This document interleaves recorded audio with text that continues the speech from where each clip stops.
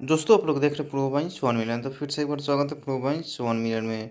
तो दोस्तों अचानक से सेट सॉन्ग का माहौल हो गया है और सेट सॉन्ग का बमान बवाल मच गया है। और आप लोग देख सकते हैं अपने मोबाइल की स्क्रीन के ऊपर खेसारी लाल यादव का सेट सॉन्ग का पोस्टर शेयर किया गया है।